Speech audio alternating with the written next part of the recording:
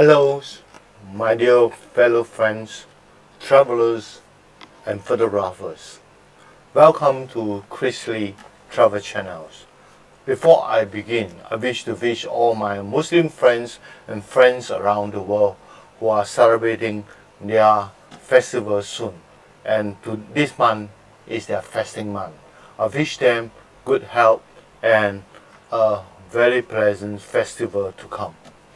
Now today, I want to share with you my number 30th travelogues, and also it's the last episode of my travelogue to this fascinating city and as well a country, Turkey. And in today's episode, I'm going to share with you two of the most respectful and holiest place of Turkey, in line with this fasting month. And before I go further, please do subscribe, share, and like my travel channel, and share this travel channel to all your friends and family, so that they can be virtually like you, staying at home at the comfort of your home and enjoy the virtual tour of the world. Chrisley Travel Channels every week will be upload a new episodes, and just an intro of what will coming next in the coming weeks. We are going back to China, the province Xinjiang province, but this time we're going to share with you northern Xinjiang as compared very much different from the southern Xinjiang, which I've just shared a few weeks ago.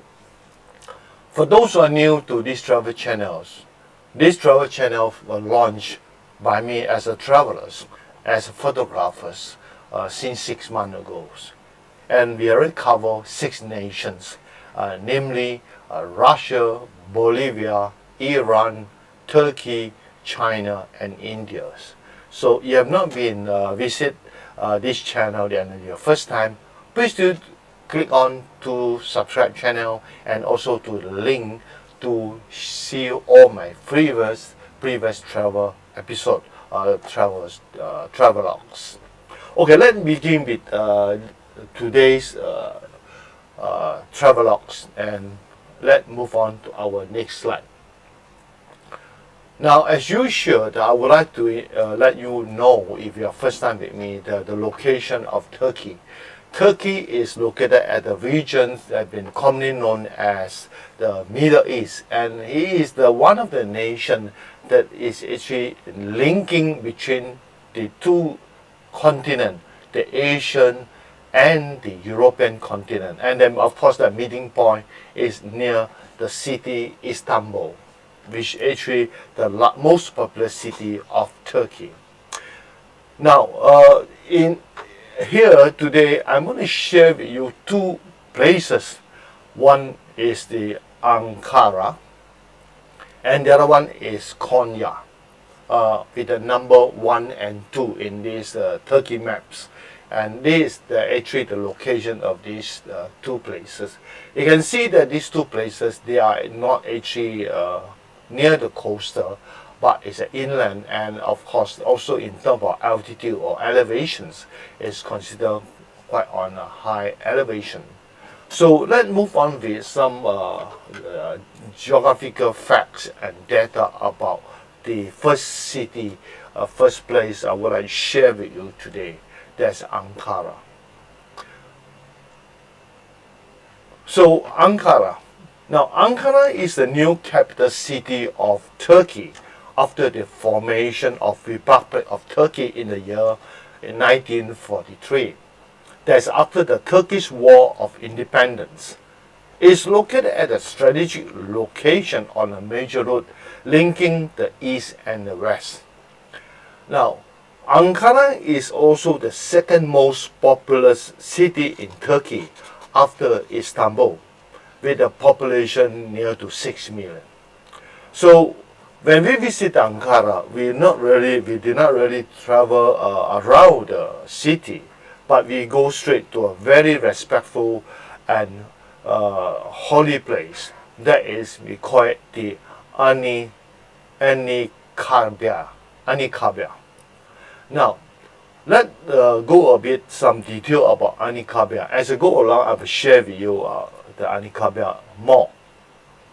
Now, Anitkabir is a mausoleum of Mustafa Kemal Atatürk, actually the leader of the Turkish War of Independence and the founder and the first president of the Republic of Turkey. Now, Anitkabir is strategically located at the city center of Ankara and cover an area of 750,000 square meters, of which 120,000 square meters of area belong to the monuments blocks, and the remaining of 630,000 square meters of land area in the mausoleum compound is belong to a well-landscaped green park and commonly known as the Peace Park. Now, the mausoleum took a solid 9 years to construct and began in the year 1944 and completed in 1953, approximately a long 9 years of constructions. Now, before we move on further, just to share with you that this Anitkabir is been one of the place of interest that exhibited in the map, tourist map of Turkey, and it will actually have been circled up in this slide that I'm showing you now. And it's actually my number 7 stop, also the last stop before we back to Istanbul and before we fly back to Malaysia. So this is actually the overall view of this huge monument compound. And as I go along, I will share more, but just have a look at this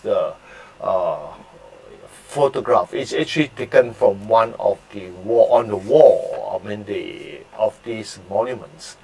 You can see that there's a long alley, right? And on the left bottommost is actually the grand entrance. And then there's long alley under the number 10. This is actually the lion alley. And then you go further, you can see a huge flat square, big square, number 4. And then at the same time, you find that there is a building, huge building, number 5. Then thereafter, you can see a lot of numbering, such as number 6, 7, 8, 9. Then also the 13, 14, 16, 17 plus 11 and 12. All these are being classified as tower. Then of course in between the tower are basically the linking corridor on the upper floor, and right below the linking corridor below are all the exhibition halls. Right? So this is a rough idea given to you, and the rest of the compound, NIM 20, 21, all these are actually the Peace Park. Right? So this is the general view of this Anitkabir in this Ankara. Now, let's move on to the next slide. Now, the Peace Park is planted with about 48,500 trees, which are brought in from 24 countries all over the world, and 104 species of ornamental plant and scrub. Right? So you can see that it's a green park that have full of all the variety of plant and trees that from all over the world. Of course, not the whole world, but at least from 24 countries.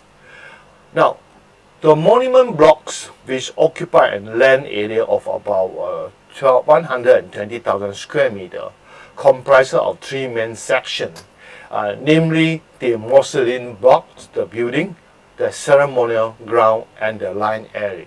Now we are looking at this slide that I'm showing you now is right from the entrance. Now, the entrance whereby is named under Tandogan Gate. So therefore, just take note, there are a few entrances to the mausoleum compound. And the main entrance, of course, as I mentioned just now, the Tandogan Gate. Then immediately after the gate is a stone paved road leading to the line alley. 262 meter long pedestrian alley designed to praise the visitor. And now we stood at the stone paved road leading to the Lion Alley. And Lion Alley right in front of us. And the far end is actually the Mausoleum complex.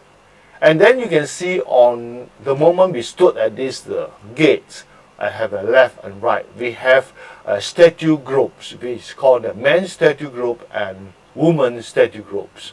And all these statues represent the various contributors to the nation building, the different profession or trade, men's.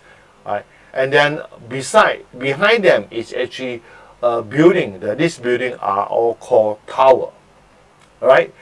And of course, the moment we enter this itself, the tower on both left and right, they are named under Independent Tower and Tower of Freedoms, right? Freedom and Independent Tower on both sides.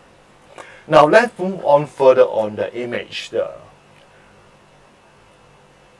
So this is actually a closer view of these two men's statue group and women's statue groups.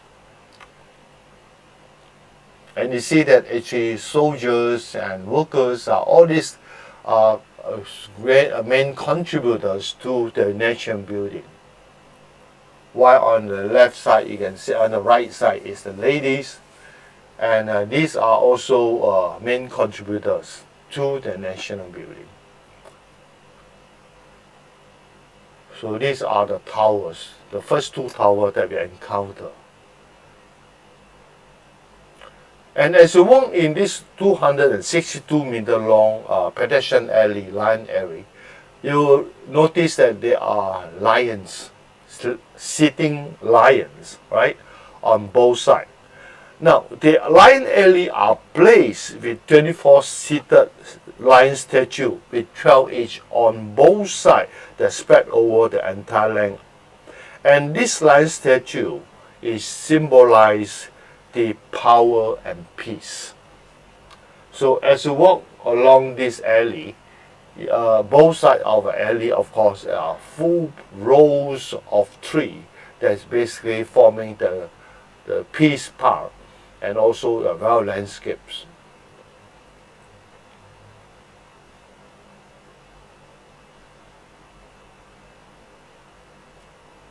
So some of closer view of this lions, seated lion statue. Lions. And here we, at the end of it, as I said earlier, we landed in this Mausoleum compound. As I said earlier, the Mausoleum compound comprises of three main sections, with basically the Mausoleum buildings, as well as a ceremony ground, which actually now we stood on, and also the Lion Alley we just passed by, right? Now, so therefore you can just have a feel of how wide it is, so-called ceremonial compound.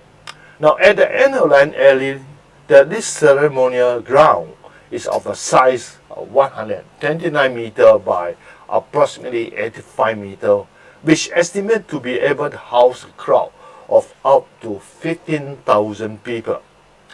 Now the entire ceremonial ground is covered with natural stone tiles.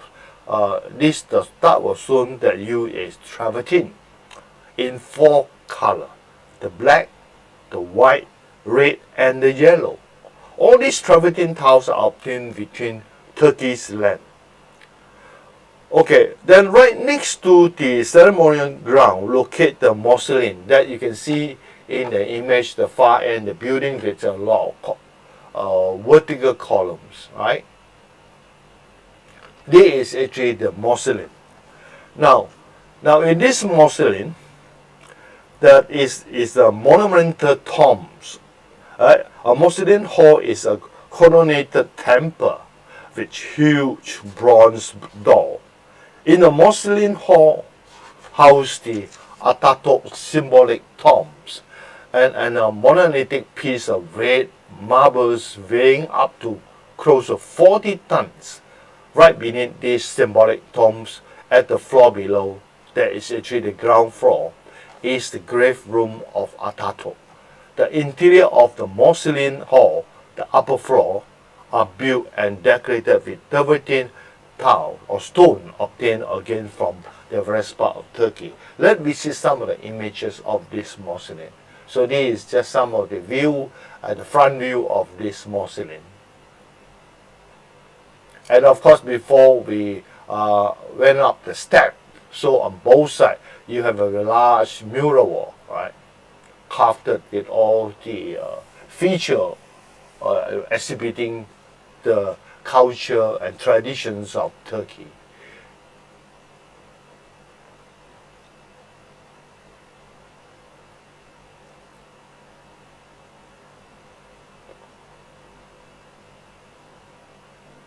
So here, this mural wall have exhibited the history, the long, rich history of Turkey. And of course, as you walk close to the main entrance of this mausoleum, right, you can then realize it is a very holy and respectful place. And then you are able to find there are two guards stood on both sides of the entrance. Stood there, and then at the side of them is a big wall that have a write-up of the history and the achievement of the leader, particularly the Ataturks. So this is actually the Mausoleum Hall on the upper floor, the floor that we just now enter. Anyway, it's also actually is a place that we can visit. Whereas the tomb at the ground floor, that is outbound. So you can see that on the left is the view from the entrance, and on the right you can see there's a symbolic tomb. Alright, so let's move on to the next slide. And these are all the interior decoration, the images of this mausoleum interiorly at the upper floor. And when you walk out of it, you have a look at this ceremonial ground, and this is close to late afternoon. You can see how vast this piece of compound is. No wonder they claim that they can house 15,000 of people.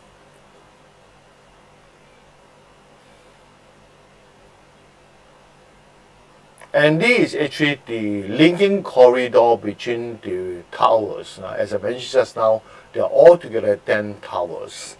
And as both and every end of the building before the turn is classified as a tower. And right below this passageway, below it is actually the exhibition hall.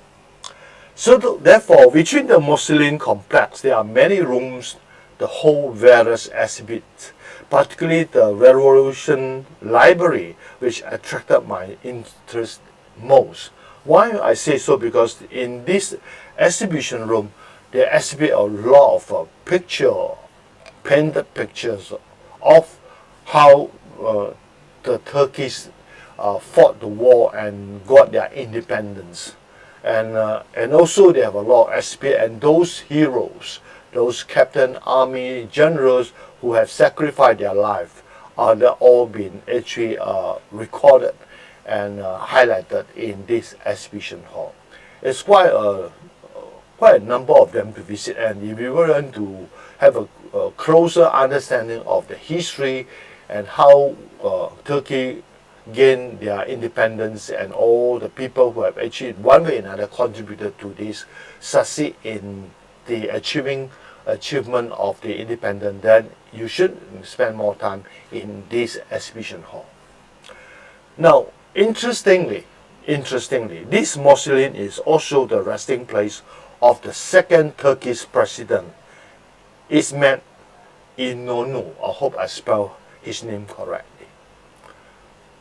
So this is some view of some of the carvings engraved into the wall. And we are going to move on to another very holy place for the Muslim, and that is actually located in the city known as Konya. Remember just now I shared with you Konya. Konya is actually right below the Ankara. It's also near to the central part of Turkey. So look at this tourist map again. You can see a place that has been circled, and this basically the place we call it Meviana Museum and Tomb, which we are going to visit in Konya. So of course Konya is our 5th stop, right? And well, Ankara is our 7th or the last stop in our tour to Turkey. Let's go a bit on Konya now. The place that we will visit in Konya is basically this Meviana Museum and Tomb. Let's look at this again. Is a tourist illustrated map. This is actually the compound and the monuments and the museum, museum buildings. Now, Meviana Museum and Tomb is also a mausoleum and is located in the city of Konya. This museum complex was belonging to the well-known great dervish and poets, as well as a pioneer of Islamic mysticism. And as far concerned Mevlana, that Jalaluddin's Rumi, right? Then this is the name of this person. This huge museum covers approximately an area of 18,000 square meters. There are many sections in the complex. To name a few, such as the large landscape outdoor green area, which you can see from the image, dervish cell, kitchen, yard, mosque, library, chan room, central courtyards with water tank and fountain, samahans, and also sarat doors. So it's just to name a few. So we just look at this image itself. You can see that is quite a large area dedicated to green area. So this is actually why we are on the compound, but we are on the green area, and this is some of the buildings of this mausoleum.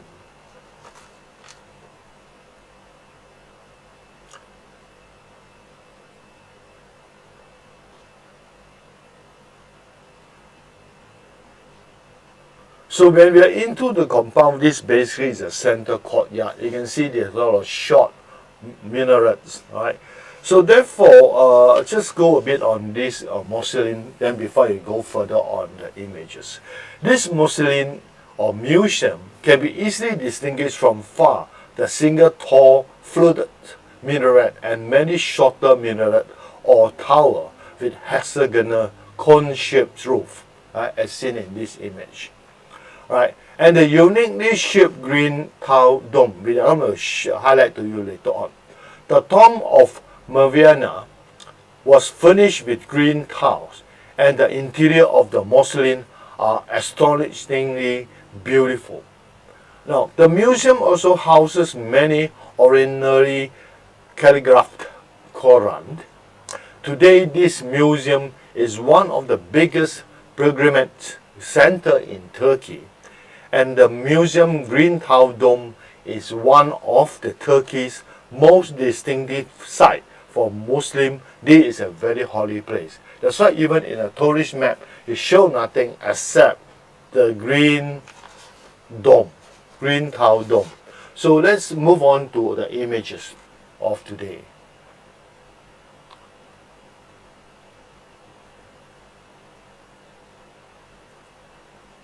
We are blessed that there is a good weather. Sorry that I go a bit fast. Let's go back. You can see on the image on the right, beside the tall minaret, there's one lower minaret on the rightmost corner, and it's green in color. This is actually an iconic landmark of this museum or mausoleum. And you can see that in the image here, there's a fountains, right, and also there is a collection of a pool, right? So you can see this is actually where they store the waters. Inside this, the roof or the ceiling view of the decoration in this center courtyard of this mausoleum. And this a fountain there, and there's actually on the right, you can see an image is where people drink the water. They believe that you drink the water, it will bring you good health and blessing, good blessing. So these are some of the images, and right in front of the image on the right, that is where the entrance is. You can see the crowd are queuing up there to enter. Of course, having said that, for the lady you need to cover the head, right, with the hair, you know.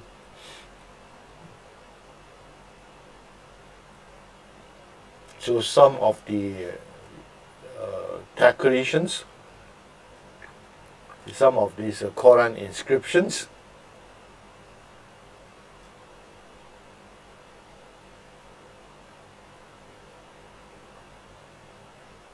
So more of this as we enter to this interior part of this mausoleum.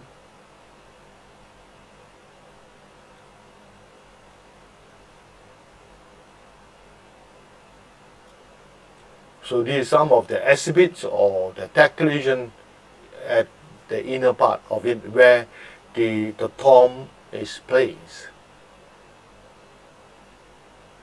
The high domes, closer view of the artworks. The chandelier is on the right. And this is where the location of the tomb, right? It's not only one, there are quite a number of tombs inside. And of course, this is back to the central courtyard. Have a better view of the roof, the beautiful roof with the short minarets. Blend with the background, the blue sky with a little bit of white clouds. A closer view of that.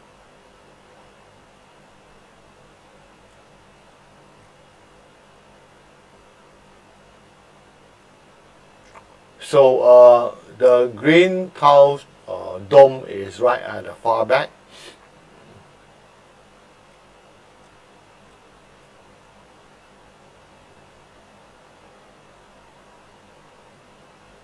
Uniquely, you realize actually in this mausoleum, or in this where the mosque also is located, it's unlike other countries that we visit, like in Malaysia. You find out your dome, the dome shape actually is very much different. You can see here is a more conical in shape and circular conical in shape. Some even is octagonal, conical in shape. It's entirely different from what we experience if you are Malaysian. Then you have an impression that you go to a mosque, the dome of the mosque is actually round in shape, you know, in a ball shape, like, you know. But when you come to this part of the world, you realize actually it's a mixture, influence of the long history. That's why they have a very unique type of constructions and the tradition in this part of the world.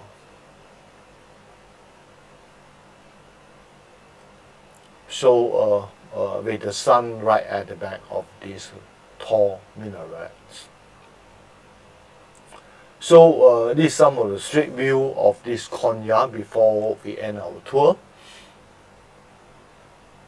So dear friends and viewers, thank you for staying until this hour with me, and I hope that you give me a thumb up, subscribe and share. And if you want to see more of my travelogues, then please click on to the link below, which will direct you to my travel channel, where will showcase all my previous uploaded travelogues.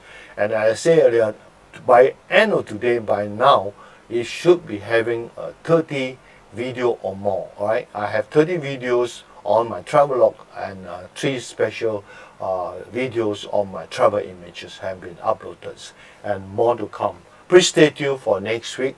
As I said, next week I'm going to bring you back to China, Xinjiang province, but it's a northern Xinjiang, and another very, very unique and interesting place for you to view.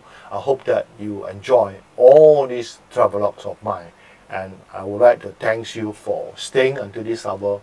Please stay safe and stay strong, alright? And I will have to end here and say bye, and just be good and well. Thank you very much.